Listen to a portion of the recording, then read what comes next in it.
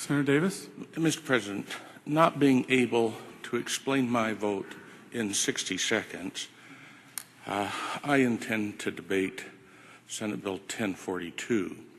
Senator has the floor. Mr. President, I also realize that in Mason's manual, Section 112, it tells us that we're not supposed to read our debate without permission from the floor. If I do just speak from my notes, it will take this long. If, however, I'm allowed to read from my more structured remarks, I believe I can do it in this length of time. And so I am requesting permission of the President to read my own remarks in the interest of time. Hearing no objection, so ordered. I didn't think anyone would object to that. But before, I am proud to serve in this Senate with you. Today, I've been quite worried about today.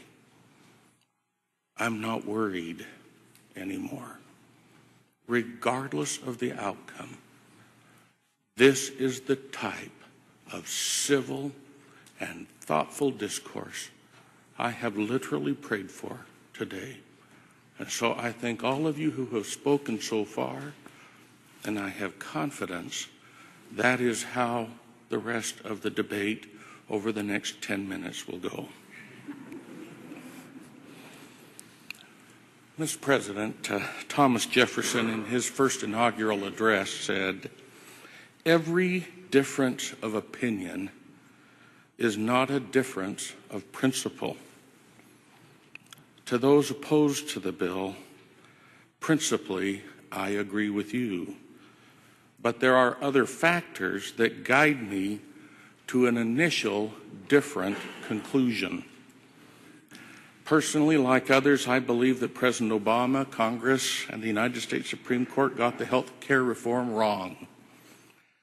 This expansion of federal powers is inconsistent with what I believe are correct constitutional principles.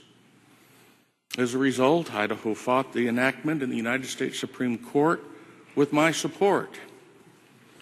I also worked and hoped for a new president and Congress that would repeal what I believed to be a dreadful law. Well, that did not happen.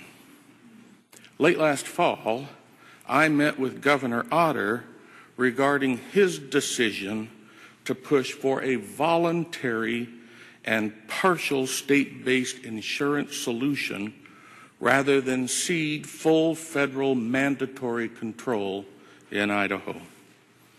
I listened as he told Senate leadership that after much study and reflection, he determined to push for as much of a state-based solution as possible. I believe I know this governor's heart and struggle on this matter, his strong disappointment and disagreement with this law, his historic fight for state rights, and his personal belief in individual responsibility and liberty. At that time, I asked him something like, "Governor, other than death penalty cases, which you have had to make, other than death penalty cases, have you ever had to make a more difficult governmental decision?"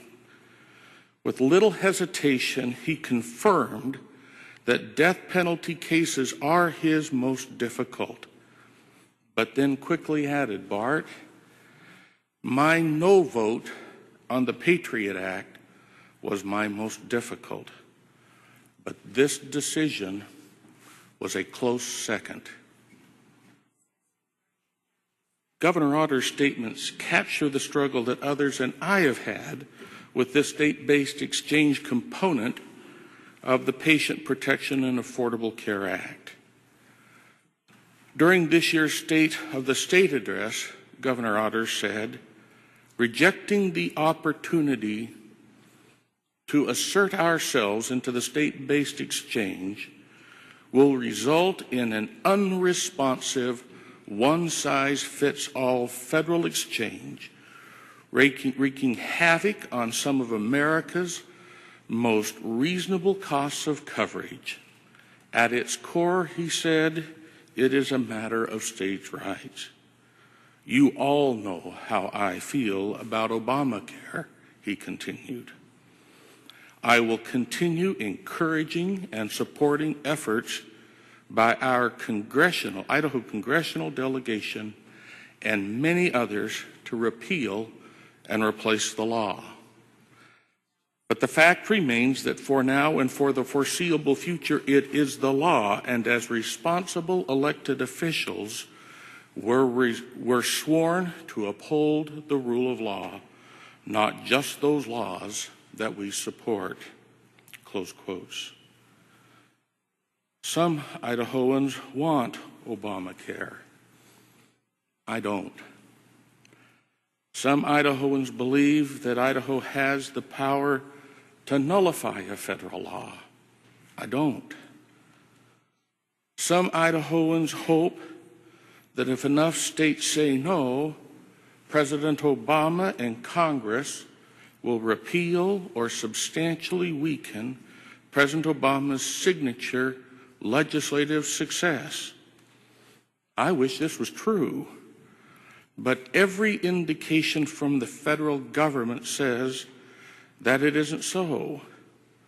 The federal website, in preparation for the October 2013 enrollment, is already established. Idaho has lower health care costs than most states. Why? Idaho has fewer statutory insurance mandates. In my opinion, Idaho surrenders more than most other states, including many states that have declined participation by simply saying no. If Idaho does nothing, federal regulators will exclusively build Idaho's health care system. I worry what federally imposed insurance rates will be. I also worry that a single-payer system is the ultimate goal for many original, affordable health care advocates. If Idaho and other states cede the state-based exchange to the federal government, the next step to a single-payer system appears more easily taken. I join Governor Otter in hoping that if enough states engage, that it makes the next step more difficult for the federal government. Finally, and this will come as no surprise to any on this floor, you know that pro-life issues and the protection of the free exercise of religion are of great importance to me. I know they are to you as well. I trust Idaho to protect life and liberty. The federal model will not.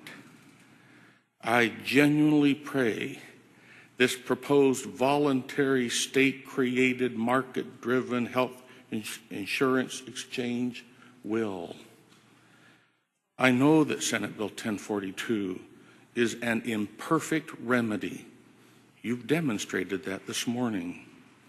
I realize that current federal requirements for the state-based exchange are restrictive and difficult. Again, at this year's State of the State address, Governor Otter said, "So I urge you to look beyond the important work of changing a misguided federal law to the essential task at hand for those of us in this chamber today, preserving for Idaho citizens the opportunity of having a voice in how one element of that law is implemented," close quotes. Our governor wants a seat at that table. He wants to try, and I want to give him that chance. Thank you, Mr. President.